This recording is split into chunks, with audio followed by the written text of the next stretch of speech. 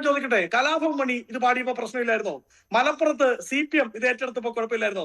ശ്രീജിത്ത് പണിക്കരൊക്കെ ചിരിക്കുന്നുണ്ട്, എന്റെ ഗാനം അത്ര മോശമായി പോയതുകൊണ്ടാവാം. ഞാൻ പ്രസംഗിക്കുമെന്നേ ഉള്ളൂ, പാടുന്നത് ആദ്യമായിട്ടാണ്. പക്ഷെ ഇവന്മാർ നമ്മളെ കൊണ്ട് പാടിപ്പിക്കുകയാണ്, പാടാത്ത എന്നെ കൊണ്ട് പോലും പാടിപ്പിക്കുന്ന. Flash back. സ്വല്പം മ്യൂസിക് ആവാലോ. ഏതായാലും ഇവർ ഈ പാട്ടാണല്ലോ ഇപ്പം ബഹിഷ്കരിക്കാൻ പോകുന്നത്. ഇത് അടുത്ത പാട്ട് പിടിച്ചോ.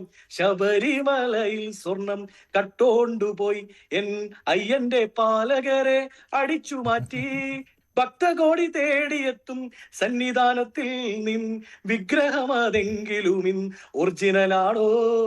ഒന്ന് പോയാൽ അടുത്തത് വരും. ഇതുപോലെ ഒരുപാട് പാട്ടുകൾ പാടി പാടി പാടി ഇവിടുത്തെ കുട്ടികൾ, ഇവിടുത്തെ പ്രതിപക്ഷം, ഇവിടുത്തെ സാധാരണക്കാർ, ഇവിടുത്തെ വിശ്വാസി സമൂഹം അവർ ഈ സർക്കാരിനെ താഴെ ഇറക്കുന്നോടം വരെ പാടിക്കൊണ്ട് കിടക്കും. ഇത് വടി കൊടുത്ത് അടി വാങ്ങുന്ന പരിപാടിയാണല്ലോ ബാബു. ആദ്യമേ തന്നെ പറയാനുള്ളത് ശ്രീ വസന്ത് സൂക്ഷിച്ചോളാനാണ്. കാരണം അദ്ദേഹത്തിന്റെ പേര് വസന്ത് സിറിയക് എന്നാണ്. അപ്പൊ അതുകൊണ്ട് വേണമെങ്കിൽ അദ്ദേഹത്തിനെതിരെയും കേസെടുക്കാൻ പറ്റും. അദ്ദേഹം വേറൊരു പാട്ട് കൂടി ഇവിടെ പാടിയിട്ടുണ്ട്.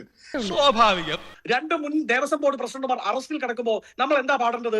മറ്റേ കരിനിഴലാണ്, സൂര്യനാണ്, ചന്ദ്രനാണ്, പിണറായി സഹ നീണാവാഴുക എന്ന് പറഞ്ഞ് നമ്മൾ ഇവിടെ ഒപ്പന കളിക്കണം എന്നാണ് ഇവർ ഉദ്ദേശിക്കുന്നത്.